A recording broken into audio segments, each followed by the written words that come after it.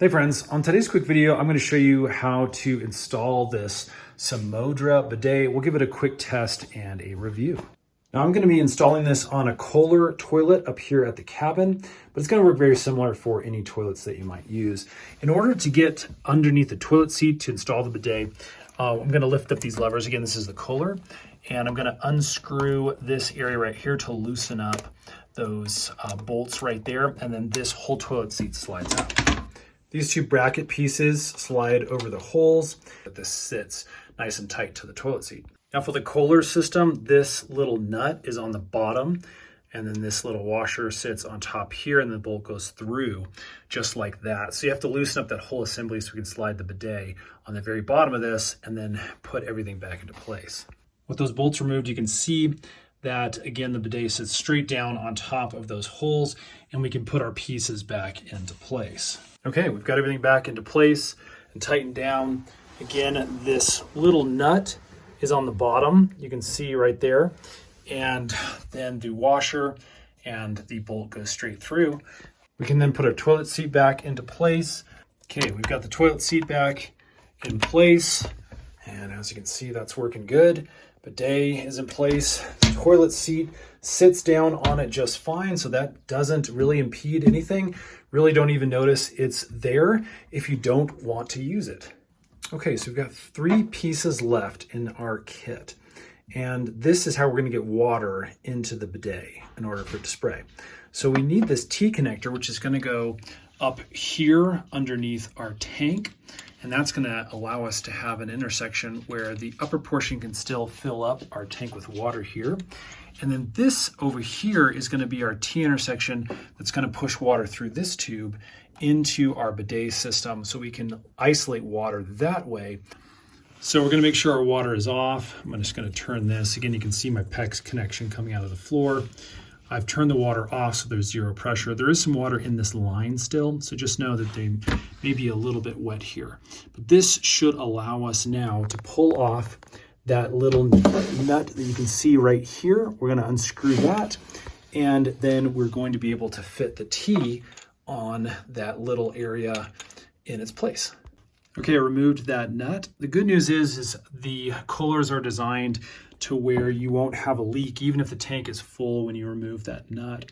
So now I can put this on the bottom of this T intersection right here, and then we're going to screw this nut back into the top there. Okay, we're then going to take our little washer here. It's going to put that just like that on top. Again, the directions kind of show you how to do this. And then this is ready to screw into the bottom of the tank right there. Okay, you can see that is fitted into place. We have the front of our tube kind of pointing forward. Yours may not look as messy as this. I just have a lot of PEX kind of coming out of the floor. But that T intersection is pointed forward. We're now going to connect this tube here from there to the back of the bidet system using this little guy right here.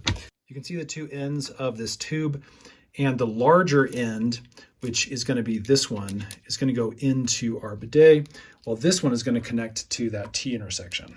So I can go ahead and finger tight this on, and then we'll need a wrench. Once I get it finger tight, we'll need a wrench really to kind of crank down on that, just get it nice and tight.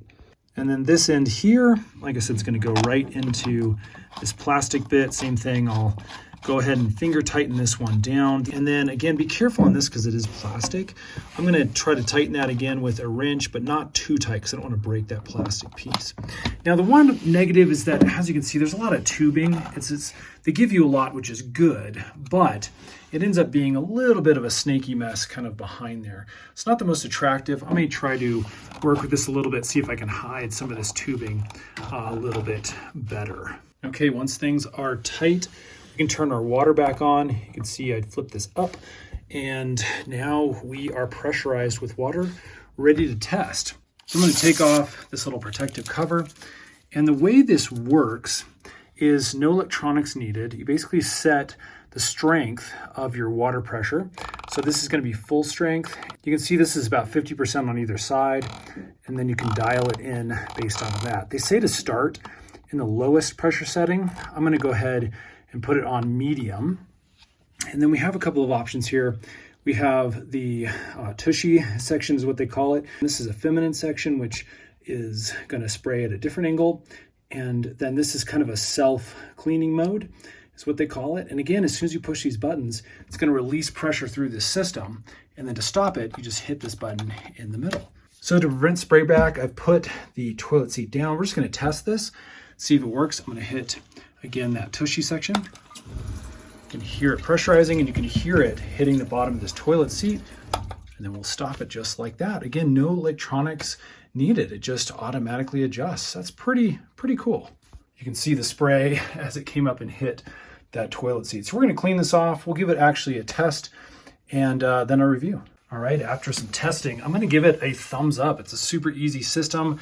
It actually angled correctly for how the toilet sits, just right out of the box here. Really no adjustments needed at all.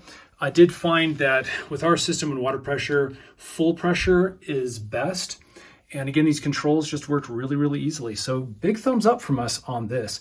If you're interested in grabbing one of these for yourself, you can find it right here on Amazon. We'll put some links in the description box below. Now remember, just make sure to check for leaks after everything is installed. And you do want to make sure you've installed everything correctly and nice and tight. That's it for this video, friends. Thanks for watching. If this has helped, hit that thumbs up button. Stay tuned and make a ton of these little DIY tutorial videos, as well as product review videos to help your shopping journey. We'll see you on the next one.